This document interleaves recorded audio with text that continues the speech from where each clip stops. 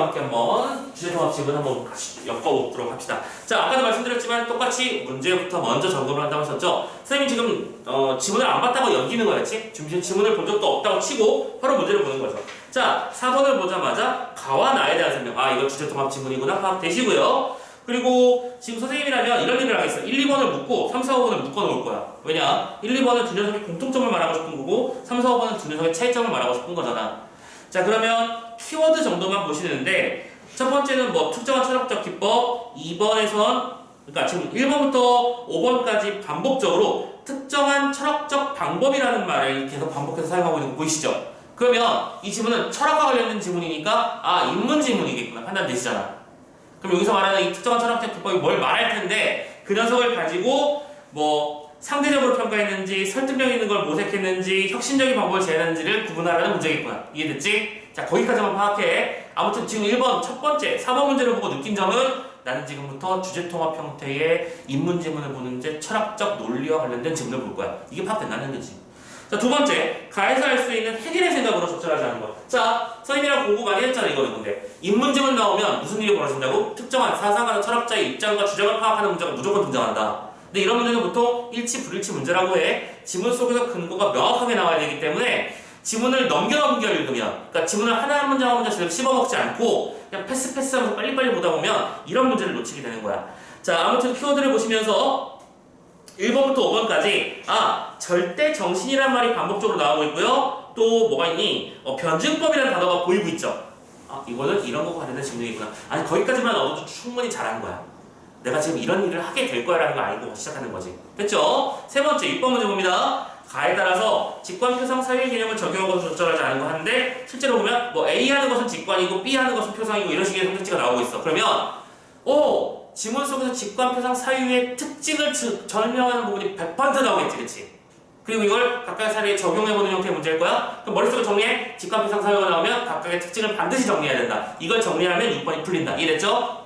자, 다음 7번 문제. 나의 글쓴이의 관점에서 기억 니은을 판단하라고 되어 있는데, 자, 이런 문제는 조심해야 되는 게 일단은 입장은 나의 입장이어야 돼. 그렇지? 그런 상태에서 기억 니은을 찾는데, 자, 그리고 여기서 기억이라고 하는 건 저 위에 나와 있는 뭐였지? 이름은 정립, 반정립, 종합이라고 하는 개념이었고, 니은이라고 하는 건 예술, 그다음에 뭐였어? 종교, 철학을 말하는 거야. 즉, 니은의 입장에서 나의 입장에서 기억에서 가에서 말하고 있는 해결의 입장을 정리해보고 비판해보라는 문제로구나. 됐죠? 그러면 입장의 차이점을 묻는 문제니까 선생님 말씀드렸잖아. 보통 주제통합형 문제에서는 차이점과 공통점 가지고 문제의 요소를 추천한다. 됐지? 됐고요.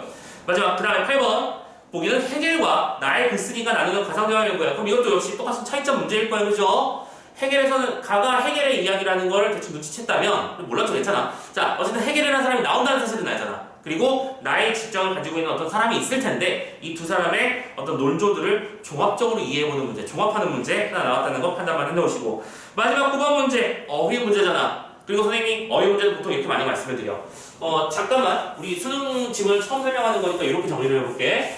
자, 어휘 문제는 대표적으로 두 가지 유형이 있죠. 보통 대체할 수 있는 어휘를 찾는 것, 또 하나 그다음에 한자 어휘의 뜻을 파악하는 문제가 나오는데 보통 대체할 수 있는 어휘는 보통 서술어의 형태로 많이 나오는 편이야.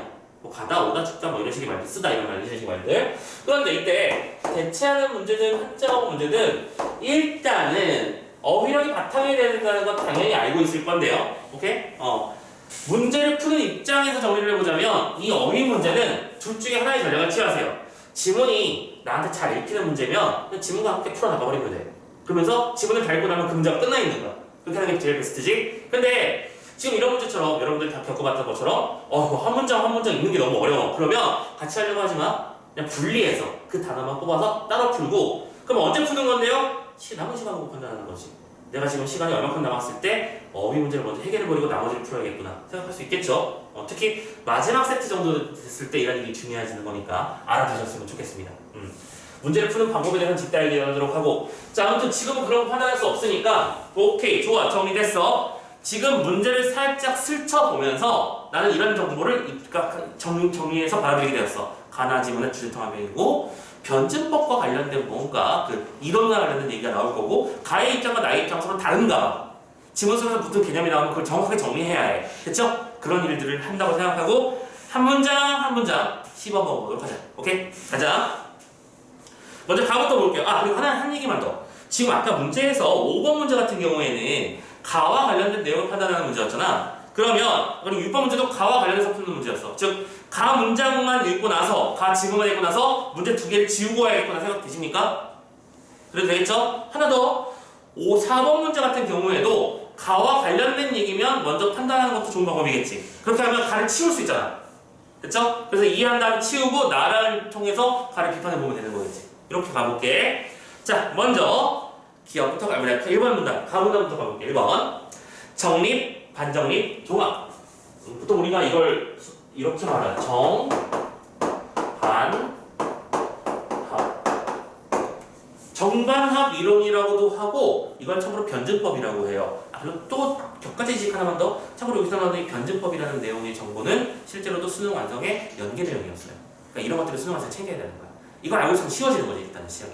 오케이? 자, 이 세 가지는 변증법의 논리적 구조를 일컫는 말이다 라고 되어 있는데, 그래, 이게 바로 뭐다? 변증법이라는 거야. 그리고서 상식이 하나 들어가면 더 좋은 거지. 변증법이 뭔지 알고 있어야 돼. 변증법은 선생님이 자주 하는 설명은 보통 이런 식입니다. 예를 들어 이런 거죠. 하나의 이론이 있고요. 그걸 옳다고 믿는 거야. 근데 그와 반대되는 또 다른 이론이 하나 더 정립이 됐을 때 이 두 개가 통합되면서 하나의 완벽한 시스템을 만들어내는 거야. 즉, 좀 더 좋은 이론이 만들어지는 그 과정을 변증법이라고 부르는 거지. 어떤 친구가 열심히 공부했어. 좋은 이론이 하나 섰어. 됐죠? 근데 그 열심히 공부하던 친구가 중간중간 휴식을 위해서 열심히 놀기도 해요. 오케이? 그럼 잘 노는 것도 또 하나의 이론이 선 거잖아. 그래서 이 두 가지를 모두 잘하면 건강한 아이를 자랄 수 있는 거 아닌가? 무슨 말인지 이해됐어? 오케이? 그래서 어느 한쪽과 어느 한쪽의 대립적 면모고, 대립이라고 안 해도 좋아요. 서로 다른 면모들이 연합돼서 하나의 새로운 뭔가 체계를 만드는 것. 이렇게 보셔도 되고, 그리고 그래, 이런 것도 있어. 예를 들어 이런 것도 마찬가지야. 지금 이게 컵이잖아. 그치? 컵을 위에서 보면 무슨 모양? 동그라미 모양이야. 그치? 동그라미라는 이론. 나는 이걸 보고 동그라미라고 생각했어. 근데 어떤 사람 옆에서 봤더니 이거 네모 모양인데? 됐잖아. 근데 이 두 개가 합쳐지면 원통이로구나. 이렇게 정리가 되는 거잖아. 무슨 말인지 알겠나요? 이런 식으로 뭔가 이루어지는 과정들이 있는 그 이론을 변증법이라고 불러. 알겠지? 자주 나오는 개념이니까 알아두자고. 자, 계속 가봅시다. 변증법에 따라 철학적 논증을 수행한 인물로는 단연 해겔이 관용된다. 오케이, 예상대로 해겔이 튀어나왔어요. 해겔의 변증법 가보자. 변증법은 대등한 위상을 지니는 세 범주의 병렬이 아니라, 자, 이해하면서 넘어가야 된다고 했었지? 대등한 위상, 대등한 위치와 지위를 지니는 세 가지 요소. 아까 말씀드렸죠? 공부하기, 놀기, 훌륭한 아이 되기. 이게 세 가지가 나란히 있는 것뿐만이 아니라는 거야. 병렬적으로 나란히 있는 게 아니라 대립적인 두 범주가 조화로운 통일을 이뤄가는 수렴적 상향성을, 수렴적 상향성 이해해야 돼. 이게 뭔 소리야? 아까 말씀드렸잖아. A라는 측면과 B라는 측면이 합쳐져서 더 좋은 다음 단계로 넘어가잖아. 수렴한다는 건 어느 방향성을 지닌다는 그 방향으로 간다는 뜻이고, 상향은 더 좋아진다는 뜻으로 이해하면 되겠지. 무슨 말인지 이해됐죠? 오케이. 자, 계속. 그래서 해겔의 기세와의 변증법은 논증의 방식이기도 하면서 동시에 그걸 넘어 논증 대상 자체의 존재 방식이기도 해. 논증의 방식이기도 하면서 동시에 논증 대상 자체의 존재 방식이기도 해. 됐죠? 오케이, 좋아요. 그런 얘기다. 판단하시고요. 즉, 그리고 이렇게 얘들아, 즉이라는 말을 했어. 앞에 있던 말을 정리해주고 싶다는 얘기야. 즉, 세계의 근원적 질서인 이념의 내적 구조도, 오케이, 잠깐만. 지금 여기서 갑자기 이론이 하나 들어왔지. 이 이념이라고 하는 걸 지금 뭐였어? 정의했어요. 세계의 내적 구조를 이념이라고 부르는데, 오케이? 그렇게 보통 이론이 나오면, 정의가 나오면 정의와 관련된 문제들이 이런 식이야. 이념이라고 말해야 되는데 정의를 가지고 얘기하려거나 정의를 설명해놓고 이론으로 판단하게 만들거나 이런 일이 벌어질 거야. 자, 이념의 내적 구조도 이념이 시공간적 현실로서 드러나는 방식도, 그렇지? 그리고 현실에서 드러나는 방식도 모두가 뭐다? 변증법적이기 때문에 이념과 현실은 하나의 체계를 이룬다는 거야. 이념은 내적이라며. 그럼 현실은 외적 요소라는 얘기잖아. 이 두 개, 이 세상을 이루는 모든 구조 자체가 변증법이야! 라고 설명한다는 거지. 됐죠? 우리의 마음속에 있는 이념도, 그리고 그 이념이 실제로 현실에 드러나는 것도 변증법이라는 거야. 됐어? 그래서 이념과 현실은 하나의 체계가 되며, 그래서 하나의 체계, 그래서 하나의 체계를 이루며 이 두 차원의 열리를 밝히는 철학적 논증도 변증법적 체계성을 지녀야 한다고 설명을 했네요. 오케이. 여기까지 첫 번째 문단 이해됐습니까? 오케이. 자, 두 번째 문단 이어서 가볼게요. 그래서 해겔은 미학이라는 것도 철저히 변증법적으로 구성된 체계 안에서 다루고자 합니다. 그에게 미학의 대상은 예술, 종교, 철학과 마찬가지로 절대정신의 한 형태예요. 자, 잠깐만. 지금 해겔의 주장이 나왔어. 그렇지? 해겔이 지금 미학에 대해서 말할 거야. 근데 미학이라고 하는 대상은 예술, 종교, 철학이라는 세 범주를 말하는데 당연히 해겔의 입장에서는 예술도 종교도 철학도 변증법적 대상이라는 거지. 자, 따라가 보자. 절대 정신은 절대적 진리인 이념을 인식하는 인간 정신의 영역을 가리킨다. 잠깐만, 이념 정의 두 번째 거 나왔지. 파트 A, 이념이라는 것은 무엇이다? 첫 번째, 세계의 근원적 질서다. 이래서 두 번째, 뭘 이루다? 절대적 진리다. 됐니? 오케이? 진리야. 세계의 질서의 이념이라는 건 해결의 어떤 근본, 어떤 코어 부분인 거지. 그치? 이걸 통해서 뭔가 이루어지는 건데, 자, 문장 잘 읽어. 예술, 종교, 철학은 절대적 진리를 동일한 내용으로 하며, 근데 이 세 가지는 내용적 측면에서는 절대적인 진리를 대상으로 한다는 것이 동일해. 지금 선생님 뭐 말하고 있는 거야? 공통점과 차이점 말하고 있는 거잖아. 그럼 이런 게 나오면 선택지에 등장한다고 했었지. 체크해놓자. 하지만 그런데 다만 인식 형식의 차이에 따라 달라. 인식 형식에 대해서는 차이가 있어. 요런 거는 질문을 읽자마자 마킹 같은 거 하나 해놓으면 좋지. 차이점을 설명했으니까 어디선가 써놓을 거거든. 그게 어딘지 지금은 몰라. 그지? 아무튼 동일하다, 차이가 있다 설명했고요. 계속 가봅시다. 절대 정신의 세 형태에 각각 대응하는 형식은 직관, 표상, 사유야. 자, 그럼 이걸 선생님이 체계화 한번 시켜볼게요. 자, 잠깐만. 예술이라는 게 있고요. 종교라는 게 있고요. 철학이라는 게 있어요.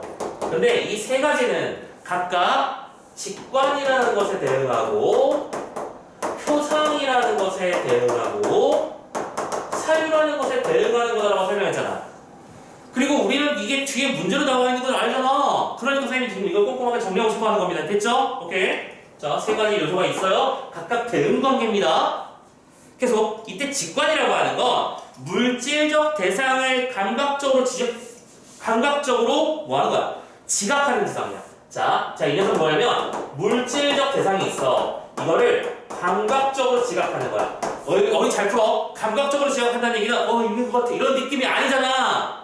감각이라고 하는 건 뭔데? 우리 맨날 배우잖아. 시각, 청각, 후각, 촉각 이런 것들을 말하는 거겠지. 이랬어? 어떤 특정한 대상이 있고 그 대상을 감각하는 건 직관이라고 하고, 직관이라고 하는 게 바로 예술이라는 거.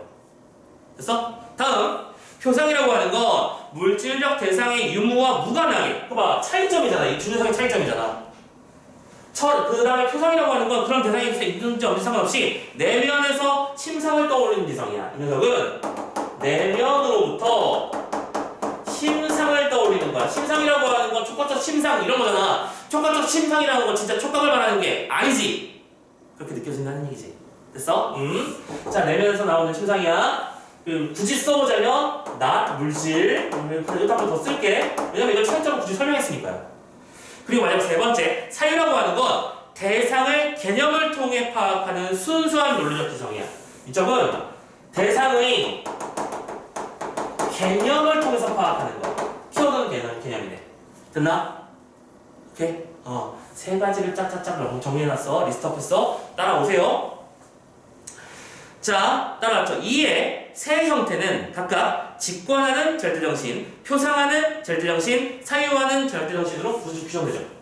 됐죠? 세 가지가 대응되는 건 당연히 똑같은 얘기하는 걸로 넘어가고, 해겔에 따르면 주장이잖아. 주장이면 포인트가 어딘가 있겠죠.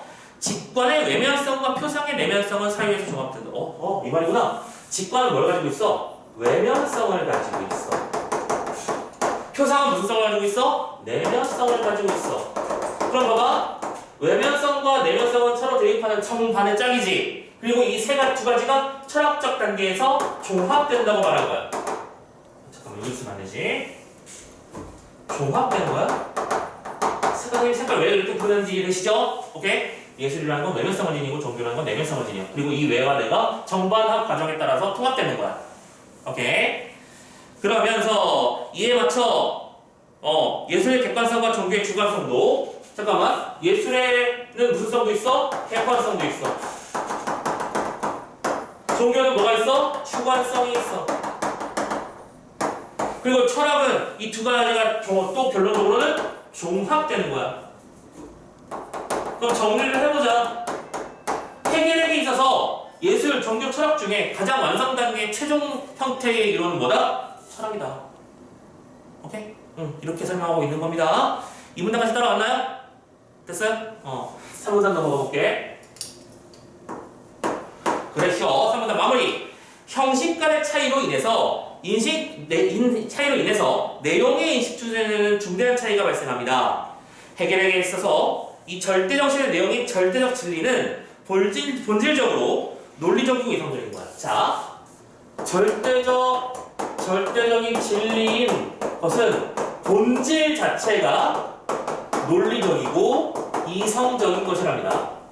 오케이? 그래서 이러한 내용을 예술은 직관하고 종교는 표상하며 철학은 사용하기 때문에 이 세 가지 지금 이 말을 지금 세 번째 반복하고 있다. 제일 중요한 개념이라는 거지, 그렇지? 얘들아 지문 속에서 반복되는 요소가 등장한다는 얘기는 이거 가지고 문제를 내가 냈다는 얘기야. 그리고 실제로 눈으로 보고 왔잖아. 이 세 가지는 단계적 등급이 매겨진다. 그래서 그냥 여기다 이어서 쓸게요. 그러니까 이 녀석들은 단계가 만들어진다는 거야. 오케이? 어떤 단계가 되는데? 즉, 예술은 초보 단계고요. 아하! 그러면 이 녀석은 이렇게 쓸게요. 예술은 그러니까 초보 단계. 오케이? 그리고 두 번째, 종교는 성장 단계. 여기다 쓸게요.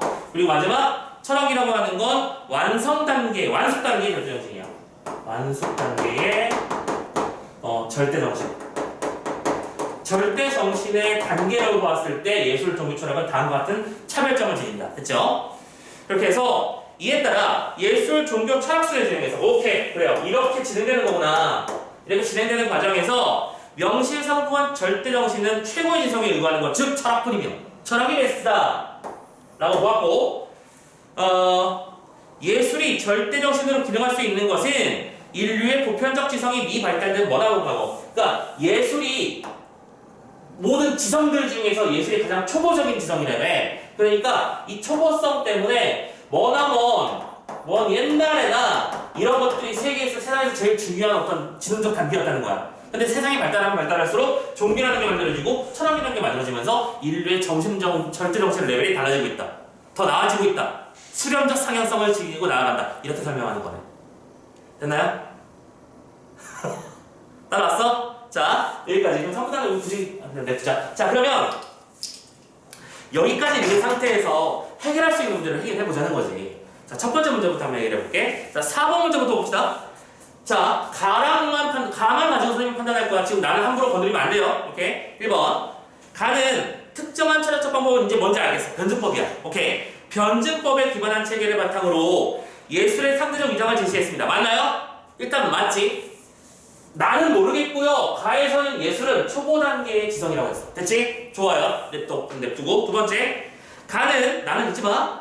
특정한 철학적 변증법에 대한 상반된 평가를 바탕으로 더 설득력 있는 미학 이론을 모색했다. 여기서 미학 이론은 변증법 하나밖에 없는데 더 설득력 있는 딴 걸 얘기한 적이 있어 없어? 없지? 그럼 이번은 땡이잖아. 나를 보지 않아도 지워졌지. 됐지? 이해됐나요? 3번 가보자. 가와 달리 나는 그러니까 지금 나의 특징을 얘기하는 거니까 가에는 있으면 안 되는 거잖아. 그치? 오케이? 그러면 참고로 이럴 때는 두 번째 중에 하나를 하세요. 그래서 읽어보든지 패스하고 나중에 나를 읽어보든지 선생님은 나를 읽어보던 걸로 할게요. 넘깁니다. 다만 5번은 볼 수 있잖아. 나와 달리 가는 즉 가의 특징이잖아. 그쵸? 가의 특징은요 특정한 철학적 방법이야. 오케이 그럼 변증법이에요. 근데 그 녀석에 통시적인 변화 과정을 적용했대요. 통시적인 게 뭐야? 이게 또 어휘력 필요해지는 거잖아. 이게 어휘력 개념이라는 거야. 통시적이라고 하는 건 기억해놔. 머릿속에 넣어놔. 통시적이라고 하는 건 시간의 흐름 속에서의 어떤 대상의 변화 양상을 따져보는 거를 보고 통시적으로 살펴본다고 통시적으로 관찰한다고 부르는 거야. 참고로 얘랑 세트 아이템으로 같이 기억해. 공시적이라는 말이 있어.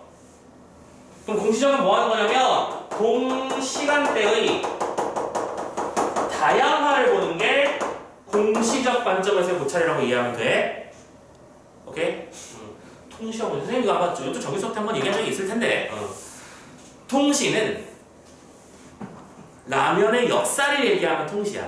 오케이? 최초에 어떻게 만들어져서 그것이 어떻게 발전했고 지금은 어떤 라면을 먹게 되었지. 그랬으면 그 라면을 통시적으로 본 거야. 근데 라면을 공시적으로 말하면 라면은 뭐 컵라면이라고 하는 인스턴트 식품도 있고 뭐 제과제빵이 왜 나오고 있어. 아무튼 요리점에서 멋지게 만들어주는 요리도 있고 아무튼 여러 가지 종류로 세상에 분화되고 있다. 그렇지? 일식 라면도 있고요. 이런 식으로 나오는 건 공시적일 거예요. 그런 식으로 이해하면 될 것 같아요. 자, 아무튼 근데 이 질문은 통시적인 게 아니야, 그죠?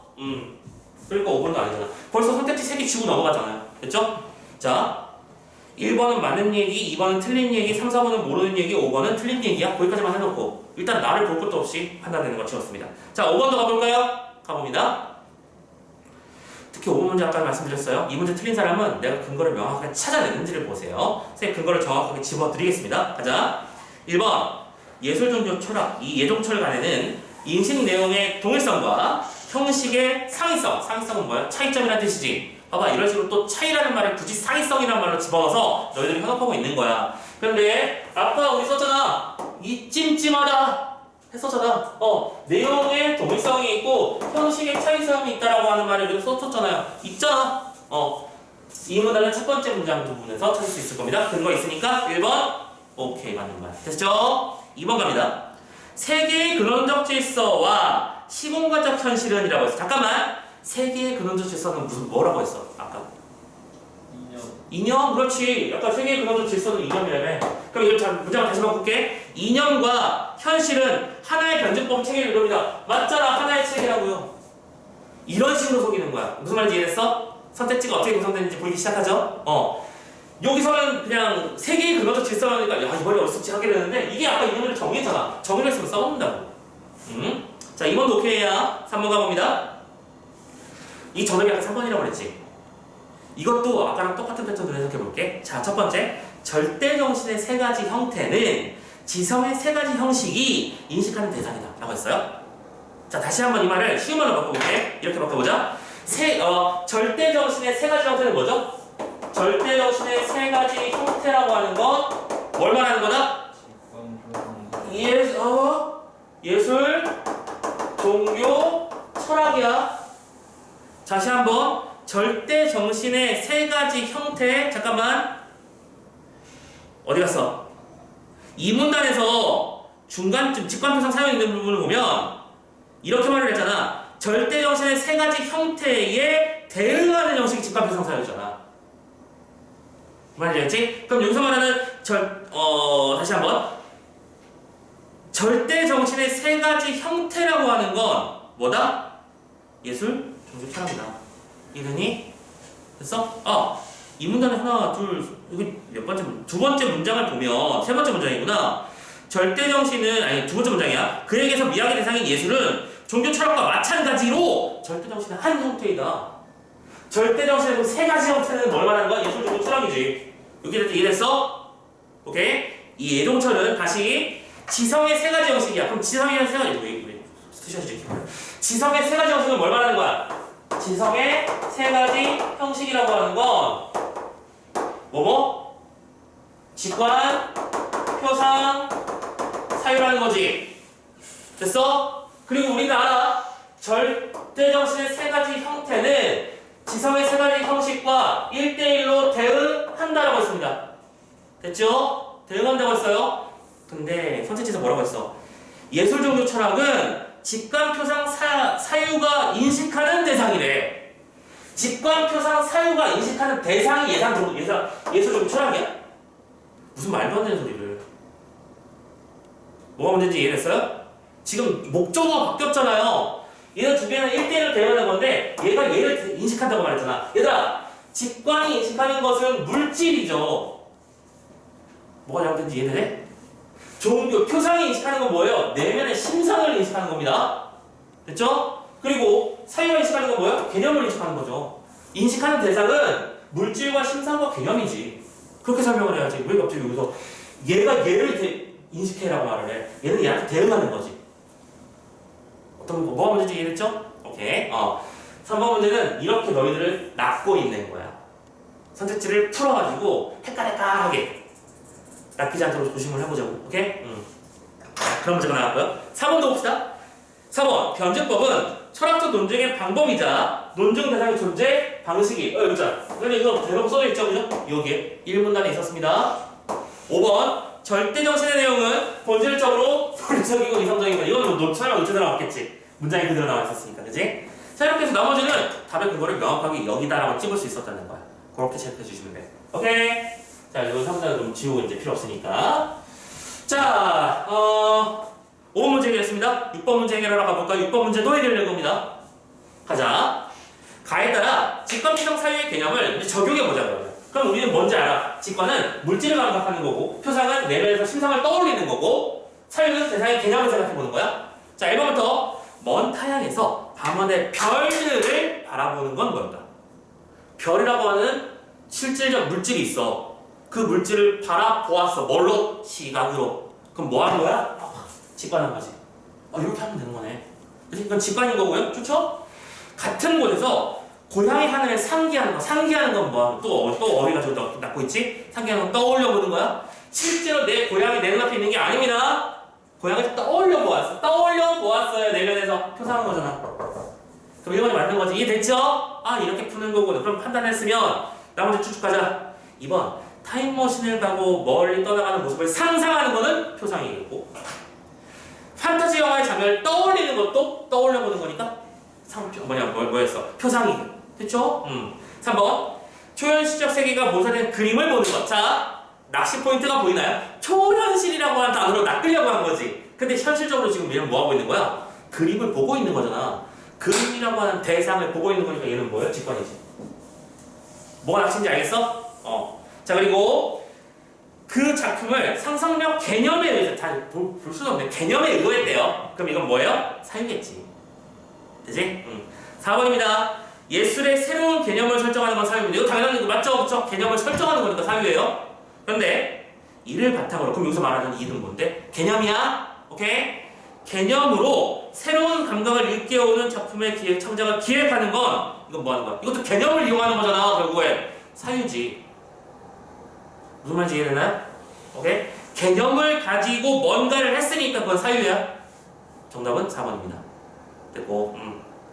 5번 도덕적 배려의 대상을 생물학적 상위성 개념에 따라 규정했으면 이건 뭐 한 거야? 사유한 거지. 오케이? 생물학적 차이는 뭐 이런 거겠지. 뭐 성인과 소아, 그다음에 여성과 남성 이런 차이를 말하는 거겠지. 근데 그게 아니라 감수성의 소유 여부를 새로운 기준으로 제시했다는 것은 이것도 뭐예요? 개념을 새로 규정한 거잖아. 그치? 그럼 이것도 개념을 사용한 거니까 사유구나 판단하시면 둘 다 사유 맞죠?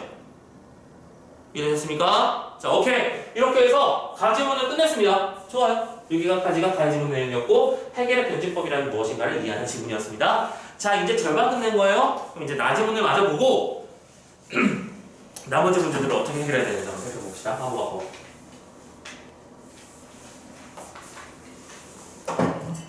자, 나지문 가볼게요. 선생님이 문제를 설명하려면 요게 좀 필요하거든? 그러니까 요걸 좀 지울게. 요걸 좀 지우고 요 오른쪽 편에 이걸 가라고 치자. 나를 여기다 쓸게요. 그래서 이 두 개가 어떤 관계를 보이는 지문인지 한번 들여다보도록 하자. 자, 나 지금 해볼게요. 변증법의 매력은 종합에 있다. 오케이. 변증법을 먼저 설명하는 건 맞아. 변증법에서 제일 중요한 건 뭐예요? 종합하는 거예요. 그렇지. 아까 말씀드렸지만 A라는 특성과 B라는 특성을 종합해서 C라는 새로운 특성을 만들어내는 거니까. 맞죠? 종합의 범주는 두 대립적 범주 중 하나의 일방적 승리로 끝나면 안 되고, 근데 이건 종합이라고 하는 것은 뭐다? A 일방적 승리로 끝나면 안 된다. 이게 무슨 말인지 이해가 되고 있어? 얘들아, 변증법이 성립하려면 A의 특성과 B의 특성이 모두 살아남아서 어우러져야지 그게 변증법이잖아. A가 사라지는 부분은 B의 승리잖아. 이제 승리하면 안 돼. 그리고 또 두 범주의 고유한 본질적 규정이 소멸되는 중화 상태로 끝내도 안 돼요. B 중화가 되어도 안 돼요. 중화라는 건 뭐예요? 고유의 성질이 사라져 버리는 거야. 그럼 당연히 이것도 오케이. 고유의 성질이죠. x를 이렇게 쓰면 안 되지. 성질이 사라지는 것도 이루어지면 안 돼요.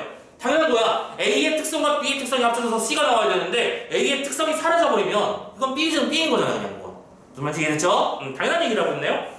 조합이라고 하는 건 양자 두 측면이 양자의 본질적 규정이 유기적인 조화를 이루는 거야. 오케이. 그래서 유기적 조화를 이루는 거야. 나의 입장에서 변증법은 이래야 된다고 본 거지. 그치?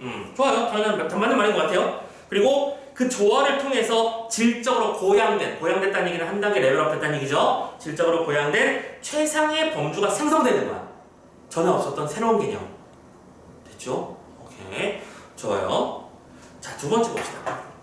헤겔이 강조한 변증법의 탁월성도 바로 이것입니다. 헤겔도 이걸 말한 거예요. 그러기에 변증법의 원칙에 최적화된 엄밀하고도 정합적인 정반합적인 학문 체계를 조탁이라고 하는 건 다듬고 깎아내서 완성시켜 나가는 과정을 말하는 거야. 다듬고 깎아내면서 만들어내는 것이 바로 그의 철학적 기획이 아니었던가 라고 말했어요. 야, 이렇게 보통 아니었던가 했으면 뒤에 이걸 뭐야. 그런데 너 말이야 잘못했잖아 라고 말하고 싶은 거 아닐까? 그렇지? 원래 이랬어야 되는 거라고 조화를 이루는 설명으로 갔어야 된다고. 그런데 그게 아니라 그가 내놓은 성과물들은 과연 그 기획을 어떤 흠결도 없이 완수된 걸로 평가할 수 있겠니? 아닌 것 같은데 라는 걸 숨기고 있죠? 미학에 관한 한 그렇다는 답변은 쉽지 않을 거라는 거야. 미학이라고 하는 게 뭐였죠? 예술, 종교, 철학 이 세 가지를 미학이라고 불렀죠? 오케이? 계속 가보자. 지성의 형식을 직관, 표상, 사유수로 순을 해놓고 또 이에 맞춰 절대정신도 예술, 종교, 철학이라고 순을 편성한 전략은 외관상으로는 변증법문에 따른 전형적 구성으로 보여. 맞아, 좋아. 이거 여기 훌륭해. 이렇게 연결하는 건 종합적인 과정인 것처럼 보였어. 그런데 핵심은 여기부터잖아. 그러나 여기가 핵심이네. 그치? 근데 그게 아니라는 거야. 뭐 어떤 면에서 실질적인 내용을 보면, 그러니까 외면상으로는 이 변증법에 어떤 표준 같은 것들을 제안한 것 같아. 근데 실제로 가만히 들여다보면 어떤 일이 벌어졌냐면 직관으로부터 사유로 이루어지는 과정이. 자, 쓰자. 직관으로부터 사유로 이루어지는 과정 그 안에서는 외면성이 지워지고 내면성이 강화하는 데서. 자, 외면성은 지워지고 내면성이 벌써 강화되고 완성되었어. 잠깐만, 지워졌다라는 말을 썼네. 외면성이 지워지는 건 좋은 거야, 나쁜 거야? 이 나의 입장에서 생각해봐. 아니지, 지워지면 안 돼요. 오케이? 계속 또 예술로부터 철학에 이르는 과정에서는, 자, 이번에는 예술로부터 철학에 이르는 과정 안에서는 객관성이 점차 지워지고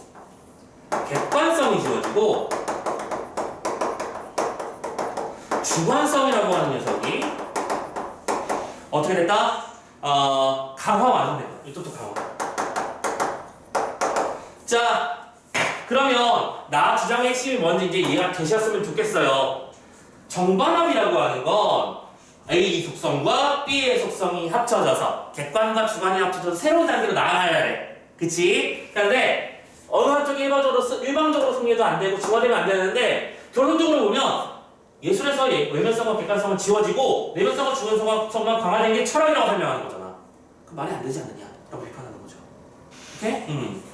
자, 그래서 진정한 변증법적 종합이 이루어지지 않은 거야. 이건 진정한 변증법이 아니야. 직관의 외면성 및 예술의 객관성, 그렇지? 여기서 말하는 이 외면성이라는 녀석과 객관성이라고 하는 녀석은 지워서 없애버려야 할 녀석이 아니라 살려야 될 녀석이었다는 거죠. 그렇게 해서 이 두 개는 모두 감각적 지각성인데, 오케이? 제가 노란색 라인, 빨간색 라인 쓸게요. 자, 여기 있는 요 라인들은 감각적 지각성들. 감각적 지각, 맞지 이거? 오케이? 요 것들을 말하는 건데. 이러한 핵심 연서가 그가 말하는 종합의 단계에서는 어떻게 됐어요? 소가 됩니다. 완성 단계에서는 그게 없어진다고 말했거든. 그러니까 잘못했다고 설명하는 거야. 오케이? 자, 그래서 3단락에서 이제 마무리를 하네. 2달러기였고요. 자, 3달러 마무리야. 변증법에 충실하려면 해겔은 철학에서 성취된 완전한 주관성이 재객관화되는 단계에 절대정신을 추가했어야 돼. 오케이, 주장은 이거네. 그러니까 지금 해겔이 잘못한 건 뭐냐면 객관성이 주관성과 통합되는 과정에서 이 객관성이 사라지는 게 아니라 사라짐. 이게 아니라 예스라고 설명할까? 이거 말이 좀 미안한데 사라지는 것이 아니라 어떻게 재객관화되었어야 돼. 오케이. 윤호석을 만났을 때 요게 됐을 때 요것을 지워버리는 게 아니라 요것이 다시 한번 새로운 어떤 하는 단계로 더 나아가서 더 완숙한 단계의 객관성을 지녀야 된다는 얘기지. 그래야 그 객관성을 품어서 주관성과 함께 갈 수 있는 거잖아. 그러니까 절대정신을 새로 추가했어야 되고 예술은 철학 이후의 자리를 찾을 수 있는 유력한 도구야. 또 다른 주장이야. 주장 A 이거고요. 주장 B 예술이라고 하는 건 내가 봤을 때는 뭐다? 철학 이후에 새로운 단계를 설정해 줄 수 있는 또 다른 후보가 될 수 있는 게 바로 예술이다. 즉, 철 왔으면 그 철학이 다시 예술과 합쳐지면서 새로운 객관화 단계로 일어나야 된다는 얘기지. 이런 식으로 올라가야 진짜 변증법이라는 얘기야. 됐어요? 오케이. 자, 좋아요. 참고로 여기서 마지막에 이 말을 왜 했을까를 생각해보면 좋은 게요. 아까 이 가문단의 글의 마지막에서도 뭐라고 썼냐면 예술은 제일 초보에 불과해라고 말했잖아. 굳이 그 말로 끝냈었던 이유가 뭘까? 이 두 녀석의 결정적 차이점이네.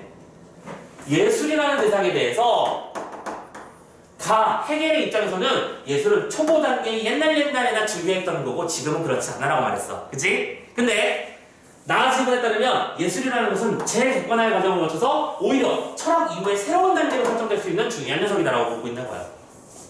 그렇구나. 이해되셨습니까? 차이점이 이게 느껴지면 베스트. 이게 느껴졌으면 베스트야. 자, 그래서 게다가 이는 누구보다도 풍부한 예술적 체험을 한 해겔 스스로가 잘하고 있지 않은가? 그래, 예술이라는 건 이런 위상을 가지고 있는데 왜 그걸 그렇게 무시하려고 하니? 라고 하면서 네가 예술을 해봐서 알잖아 라고 하는 겁니다. 이 때문에 방법과 철학 체계 간의 이러한 불일치는 더욱 아쉬움을 준다. 좋아. 해겔의 변증법에서 아쉬운 점이 무엇인지에 대해서 설명하는 그런 지문이었어. 이해됐죠? 자, 그러면 일단 4번부터 마저 풀고 넘어가야겠죠, 그렇죠? 4번을 먼저 점검합니다. 아까 1번이 맞는 말이었으니까 나에서도 적용되는지 다시 한번 체크해볼게. 나는 변증법에 기반한 체계를 바탕으로 예술의 상대적 이상을 제시한 거 맞네요. 이 녀석에게선 예술은 새로운 단계의 것이었고 이쪽에서는 초보 단계였어. 그리고 아까 말씀드렸죠? 이 차이점을 가지고 문제를 만든 것이었네. 놀랍게도 그게 바로 여러분들 꼭 느껴주셔야 되는 요즘 문제 트렌드야. 지금 첫 번째 문제를 단순하게 전개 방식상의 특징 문제라고 생각했다면 뭔가 놓치고 있는 거야. 정말 문제가 고급져지지 않았냐? 옛날에는 그냥 이런 식이었잖아. 뭐 가는 병렬식 구조를 갖추고 있다. 나이는 예시를 사용했다. 뭐 인용이 있었다. 이런 식의 문제를 많이 풀어봤잖아. 근데 이렇게 겉으로는 서술상 특징인 척하고 있지만 실제로는 그 둘 간의 핵심 차이점 관통해서 문제를 만들어냈다는 거. 이런 거 고급지지. 역시 문제의 전문가들이야. 그죠? 자, 아무튼 1번 문제 정답 확인했습니다. 됐죠? 자, 참고로 이 1번 문제 외에 3번 선택지가 무려 30%가 찍었거든. 아까 말씀드렸지만 1번 선택지가 정답률이 36%, 이 3번이 30%였는데 3번도 다시 한 번 더 읽어볼게. 가은하는 모두 철학적 방법에 대한 상관된 평가를 바탕으로 여기까지 읽어버리면 맞는 말인 것 같아. 잠깐만, 미안해. 잘못 읽었어. 이건 2번이었네. 3번 읽을게 다시. 가와 달리 나는 나의 특징이야. 특정한 철학적 방법의 시대적 한계를 지적하고. 자, 다시 한번 얘기해보자. 지금 이게 일단은 시대적 한계가 맞아? 한계를 지적한 건 맞아요. 근데 이거는 그 시대상에서는 더 이상 나갈 수 없었어. 이렇게 말하는 게 아니잖아. 그냥 변증법 그 자체에 대한 한계를 말하는 거였잖아. 그러니까 애매모호하지. 뭐가 이상해. 뒤를 보세요. 이에 맞서는 혁신적인 방법을 제안하고 있다. 지금 이게 혁신적인 방법을 새롭게 제안한 거야? 그럼 얘들아, 혁신적인 방법이 되려면 변증법이 아니라 새로운 이론이 나와야죠. 변증법이 있는데 나는 이 변증법이 그 해결은 이렇게 주장하는 것에 대해서 이런 안타까움이 있다고 말한 거야. 그럼 이게 혁신적인 주장이야? 아니지. 새로운 단계로 나간 게 아니라 기존의 이론을 비판한 거잖아. 뭐가 문제인지 알겠어요? 오케이? 근데 얼핏 보기에 그럴듯해 보이죠? 왜? 한계를 지적했고 여기에 맞선다는 개념으로 만든 거니까. 잘 보셔야 돼요. 아셨죠? 자, 선생님 말씀드리고 싶은 더 포인트가 전달이 됐는지 모르겠어요. 4번 문제 핵심은 이거였습니다. 5번 아까 풀었고요. 6번 아까 풀었습니다. 7번 문제 넘어가 볼게요. 자, 7번 문제를 다시 한번 문제를 정리해보자. 나에게 쓰니 관점이야. 그러니까 뭐예요? 이거는 나의 입장을 정리할 수 있느냐. 이게 무슨 뜻인지 이해됐느냐 묻는 문제예요. 그러면 일단 기억과 이해를 정리해보자. 기억이 뭐였냐면 이 기억이 뭐더라? 이게 정, 반, 합이라고 하는 녀석이었고요. 그죠? 그리고 니은이 아까 예술, 종교, 철학이라고 하는 녀석이었습니다.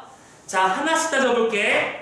일단 1, 2번과 3, 4번이 묶여있나요? 그랬으면 좋겠고요. 왜냐면 공통점 차이점을 구분하는 거니까. 이게 되게 사소한 버릇 하나인데 이 사소한 버릇 하나 그렇게 딱딱하네. 사소한 버릇 하나가 그래요. 문제에서 뭐가 착각해서 잘못 마킹하는 걸 좀 줄여줄 수 있어서 하라고 말씀을 드리는 겁니다. 자, 아무튼 자 1번 기억과 니은 모두에서 첫 번째 범주와 두 번째 범주는 대립한다고 했어요. 자, 볼까? 이게 첫 번째 단계고, 이게 두 번째 단계고, 이게 세 번째 단계잖아. 그치? 그러면 정과 관은 서로 대립하는 거 맞습니까? 맞죠? 당연히 정과 관인데 당연히 대립이죠. 그리고 예술과 종교라고 하는 건 외면, 내면, 객관, 주관성으로 서로 대립하고 있습니다. 맞죠? 서로 사인 짝이었잖아. 그치? 오케이. 1번 맞는 얘기입니다. 오케이. 2번 갑니다. 기억과 니은 모두에서 두 번째, 세 번째 사이에는 수준상의 차이가 존재한대요. 자, 반과 합을 생각해보자. 반은 아까 성장 단계라고 했고요. 합은 완성 단계라고 했습니다. 레벨의 차이가 있죠? 맞나요? 그리고 당연하게도 종교와 철학이라는 것 역시 아까 이 두 가지 녀석과 마찬가지로 종교, 철학도 역시 뭐라 할까? 성장 완성 단계의 어떤 그 대립적 참기가 있는 거죠. 강화 완성되는 거라고 했었으니까. 됐죠? 자, 다시 정과 관은 합해져서 이 두 개의 요소가 합해지는 게 합이야. 그러므로 정과 관에 비해서 합이 더 높은 단계야. 맞지? 당연히 여기서도 예술과 종교도 A라는 속성을 지닌 예술과 B라는 속성을 지닌 종교가 합쳐서 C라고 하는 철학으로 넘어간 거니까 수준의 차이는 있는 거 맞잖아. 2번도 오케이. 보시면 되는 거죠. 자, 3번 갑니다. 기억과 달리 니은에서 보면 니은만의 특징이어야 돼. 니은에서는 범주간 이행에서 첫 번째 범주의 특징이 강해진다. 자, 천천히 읽어봐. 범주간 이행이라고 하는 건 이렇게 흘러가는 흐름을 말해, 그치? 근데 첫 번째 범주는 뭘 말하는 거야? 예술이야, 그치?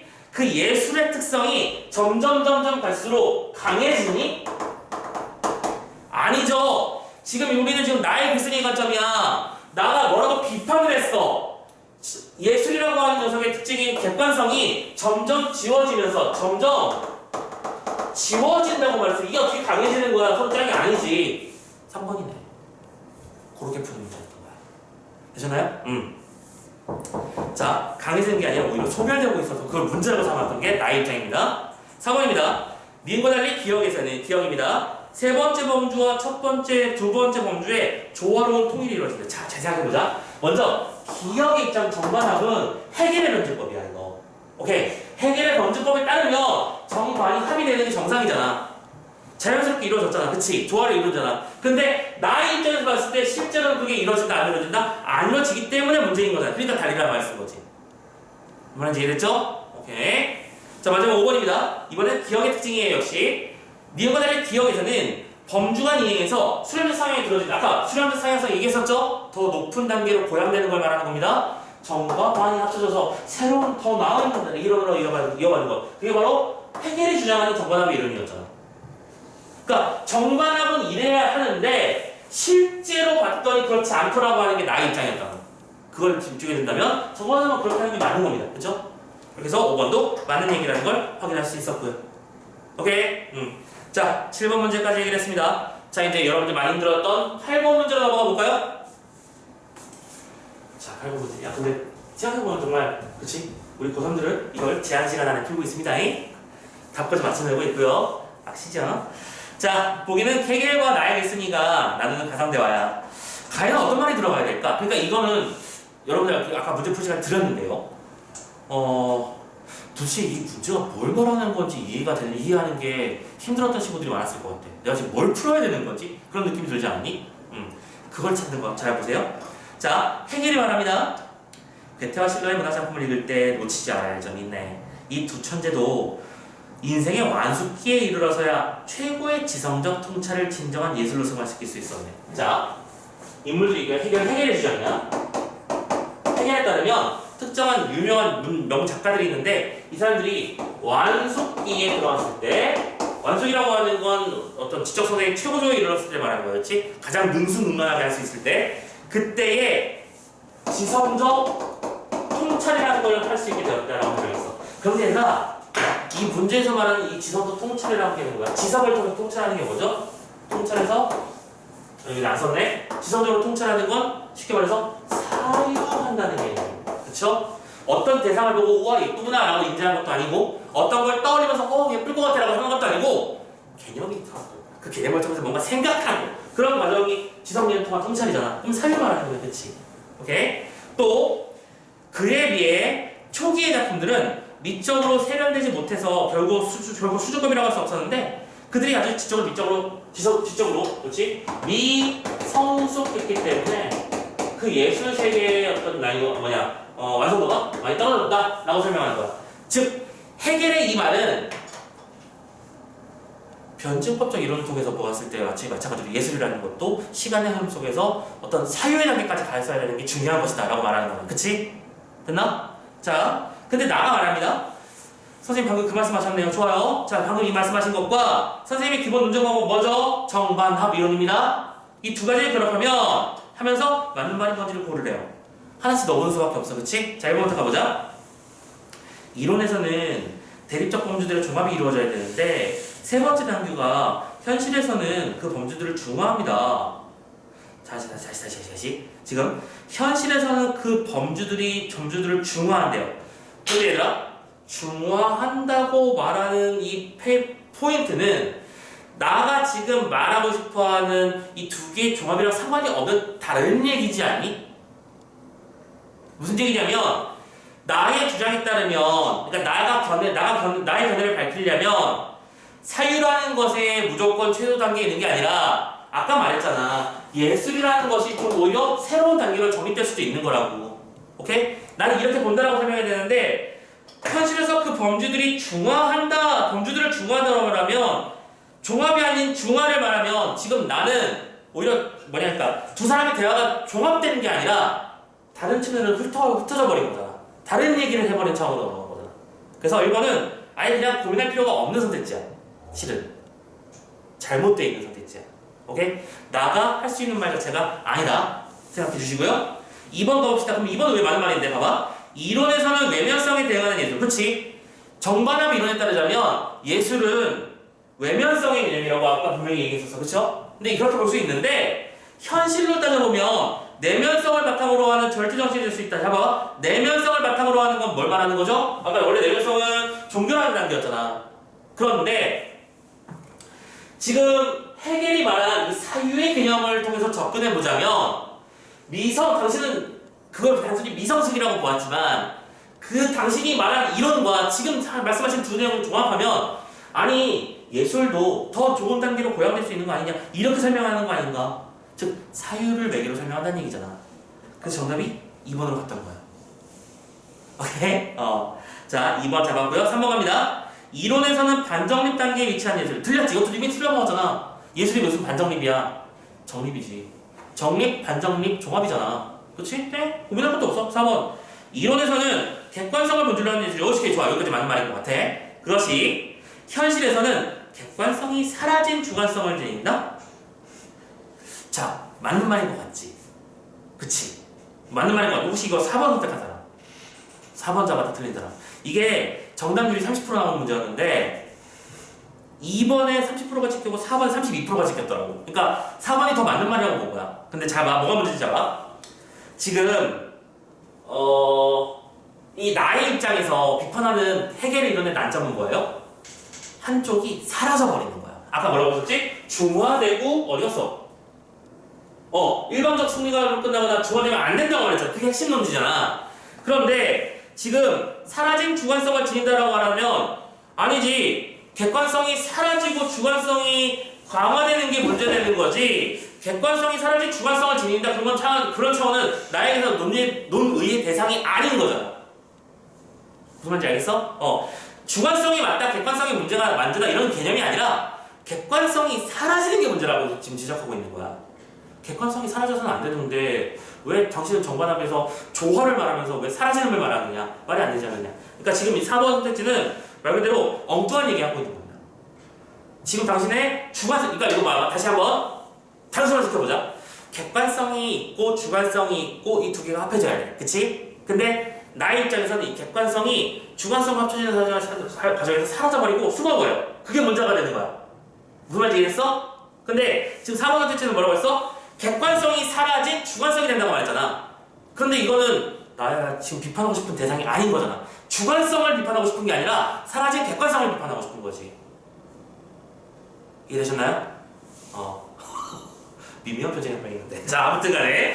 자, 4번 잡았고, 5번입니다. 이론에서는 절대 정신으로 규정되는 예술이 현실에서는 진리의 인식을 수행했어. 이거 말도 안 되는 소리지. 진리의 인식. 진리가 뭔데? 아까 예술, 종교, 철학이 각각 진리의 한 형태들이라고 했었잖아. 그러니까 진리의 한 형식이 될 수 있지. 예술이 분명히 하나의 예시를 차지한다고 했으니까. 됐죠? 오케이. 딴소리 하고 있는 선택지 잡았고요. 자, 지금 참고로 이 8번 문제의 핵심은 선생님 4번이라고 봐요. 솔직히. 이 4번이 도대체 왜 잘못된 말인지 이해할 수 있어야 돼. 오케이? 객관성이 사라지는 걸 문제 삼고 있는 거지 주관성이 삼고 있는 게 아니라는 거야. 주관성도 있어야 돼. 만약에 주관성이 사라지는 것도 만약에 있었다면 문제라고 생각했지. 나의 입장에서는. 사라지면 안 되는 것들이 사라지고 있으니까. 됐죠? 자, 그런 포인트를 잡아서 2번 잡아주시면 되겠고요. 자, 마지막 9번 문제 어휘 문제 풀고 마무리할게요. 자, 먼저 A는 소지하다라는 말로 얘가 지금 A가 지녀야 된다는 말을 했죠. 체계성을 지녀야 된다. 지니는 건 뭐 하는 거야? 가지고 있는 거야, 어떤 물건을 가지고 있는 개념은 소지한다라고 대체할 수 있죠. 오케이, 1번 오케이. 2번 이념을 인식하는 인간 정신의 영역을 가리킨다. A는 B를 가리킨다. 가리킨다는 얘기는 알아차린다는 포착도 알아차린다는 뜻이거든. 동하는 거 맞지? 잠깐만. 아닌데. 뭐가 잘못 설명하고 있는데 다시. 자, 가리키는 것은 어떤 대상을 지칭하는 거야, 그렇지? 저거야 라고 말해주는 거야. 근데 포착하는 건 뭐 하는 거야? 알아차리는 거잖아. 다른 얘기지 이건. 그렇지? 그러니까 땡. 3번 귀결된다는 얘기는 어떤 상태로 종합돼서 마무리 지어진다는 뜻인데 아까 3번 디귿이 뭐야? 끝나도였구나. 오케이? 지금 이게 일방적 승리로 끝나도 안 되고라고 했으니까 승리로 귀결돼도 안 되고 연결하는데 문제 없죠? 3번이 정답입니다. 4번입니다. 니 어딨어? 그러나 실질적 내용을 본다고 말했는데 보는 거는 보는 거고 간주하는 건 뭐야? 실제로 보는 게 아니라 여기는 거지. 그렇다고 생각하는 거잖아. 간주하면 안 돼. 틀린 말. 마지막 진정한 변증법적 종합은 이루어지지 않는다는데 이루어진다. 이루어진다는 것은 뭔가 완성된다는 뜻일 텐데 뒤에 나오는 이 결성되는 것은 조직이나 집단을 만드는 걸 결성한다고 부르는 거지. 그치? 뭐 그룹을 결성했어. 아이돌 그룹을 결성했어. 이렇게 말하는 겁니다. 저는 다른 말이니까 역시 답이 될 수 없죠. 오케이? 자, 어쨌든 이렇게 9번 문제까지 어휘 문제들을 한번 쪼로로록 정리를 해봤고요. 지문 난이도는 어떻게 느껴지는지 모르겠지만 자, 이런 문제들을 앞으로 여러분들 계속해서 헤쳐나가야 돼요. 질문이 답답하고 막히더라도 한 문장 한 문장 여러 번 읽어보면서 내가 이 전체적인 내용을 정확하게 총괄적으로 이해할 수 있는 능력이 있는지 그리고 이 문제에 대한 이해를 바탕으로 문제를 풀어낼 능력은 있는 게 맞는지 제가 계속해서 반복적으로 점검 작업을 해줘야 할 게 여러분들이 아마 방학 때 힘을 좀 기울여서 해줘야 될 일일 것 같아요. 오케이? 자, 고생 많으셨습니다. 숨 좀 돌리고 싶죠? 선생님도 힘드네요. 잠깐 숨 좀 쉬었다가 뒤에 나머지 또 다른 질문 넘어가도록 할게요.